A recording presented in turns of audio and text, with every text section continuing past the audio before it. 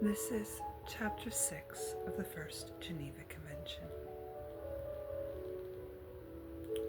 Medical transports. 35. Transports of the wounded and sick, or of medical equipment, shall be respected and protected in the same way as mobile medical units. Should such transport or vehicles fall into the hands of the adverse party, they shall be subject to the laws of war on condition that the party to the conflict who capture them shall in all cases ensure the care of the wounded and sick they contain. The civilian personnel and all means of transport attained by requisition shall be subject to the general rules of international law. Article 36.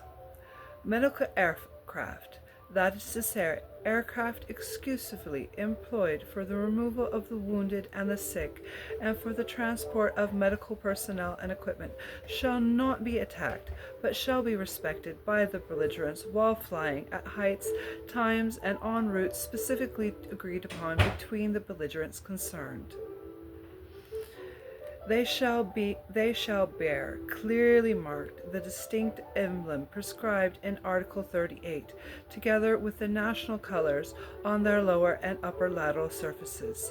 They shall be provided with any other markings or means of identification that may be agreed upon between the belligerents upon the outbreak or during the course of hostilities. Unless agreed otherwise, flights over enemy or enemy-occupied territory are prohibited. Medical aircraft shall obey every summons to land. In the event of a landing thus imposed, aircraft with its occupants may continue its flight if after examination, if any. In the event of an involuntary landing in enemy or enemy-occupied territory, the wounded and sick, as well as the crew of the aircraft, shall be prisoners of war. The medical personnel shall be treated according to Article 24 and the articles following. Article 37. Subject to the provisions of the second paragraph, medical aircraft of parties to the conflict may fly over the territory of neutral powers, land on it in case of necessity, or use it as a port of call. They shall give the neutral powers previous notice of their passage over said territory, and obey all summons to alight on land or water.